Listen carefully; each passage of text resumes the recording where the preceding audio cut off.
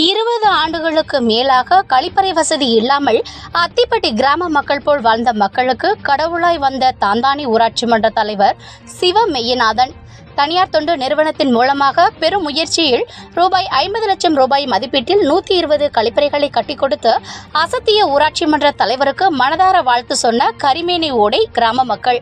புதுக்கோட்டை மாவட்டம் அறந்தாங்கி தாலுகா தாந்தானி ஊராட்சிக்கு உட்பட்டது கரிமேனி ஓடை கிராமம். இந்த கிராமத்தில் 120 குடும்பங்கள் வசித்து வருகின்றனர்.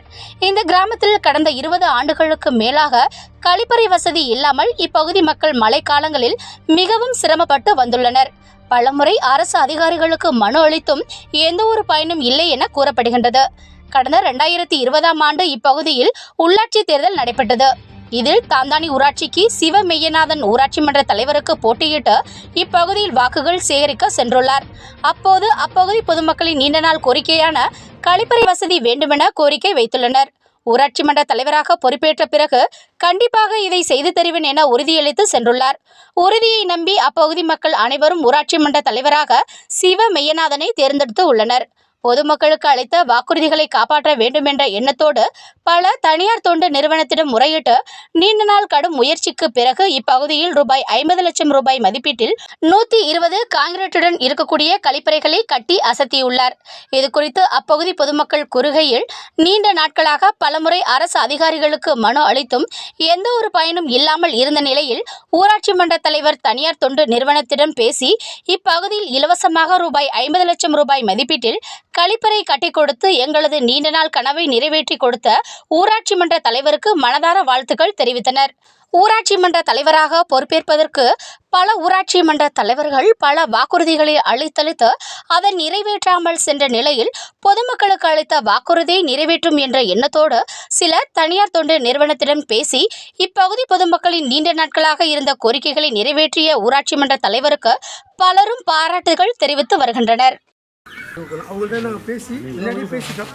இதை கட்டி கொடுத்துருவோம், மண்ணு மட்டும் நாங்கள் கொடுத்துருவோம். வேலையும் நல்லா பார்த்துருக்கேன். வேலை நல்லா தான் இருக்குது. கச்சா பச்சாரு பண்ணாமல் வேலை அளவாக.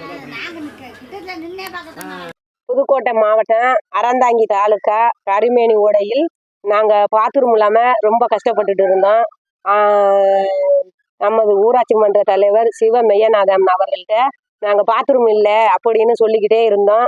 அண்ணன் எங்களுக்கு ரொம்ப ஒரு மழை காலத்தில் எல்லா நேரத்துலையும் ரொம்ப கஷ்டமாக இருக்கும். எந்த சைடும் போக முடியாது.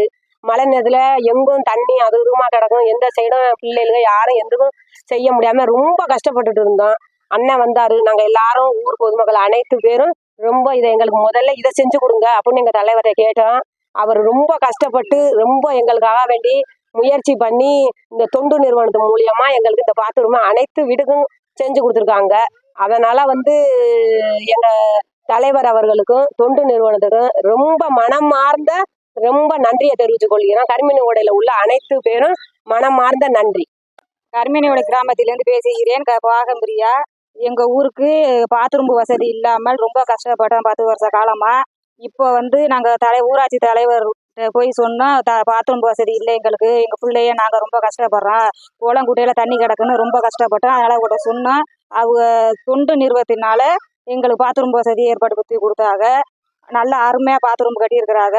அவங்களுக்கு நாங்கள் நன்றியை தெரிவித்துக்கொள்ளும். கரிமேனி ஒரு கிராமத்தாக தாந்தானி ஊராட்சி நான் மையனாதன் ஊராட்சி மன்ற தலைவராக நான் கடந்த 4 வருடமாக பணியாற்றி வருகிறேன்.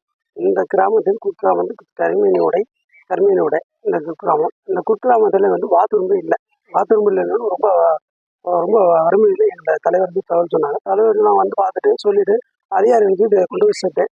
அதிகாரி என்ன சொல்லிட்டாங்கன்னா உடனடியாக பண்ண முடியாது அப்படின்ட்டாங்க. அப்புறம் உடனடியாக தொண்டு நிறுவனத்தை நாடி தொண்டு நிறுவனத்தை கொண்டு அது எவ்வளோ அதுக்கு 120 பாத்ரூம் கட்டி தரோம்னு சொல்லி பேசி கூட்டிட்டு வந்து கட்டி இப்போதைக்கு பூர்த்தி அடைஞ்சு விட்டது. பூர்த்தி அடைஞ்சதுக்கு இப்போ மக்கள் மிகவும் சந்தோஷப்படுகிறார்கள். இந்த சந்தோஷம் இந்த ஊராட்சி மன்ற தலைவருக்கு ரொம்ப சந்தோஷமாக உள்ளது. 30,000 வருது ஒரு பாத்ரூம். 30,000 வருதுன்னா ஒரு 50 லட்சம் ரூபாய்கிட்ட முதலீடு வருது.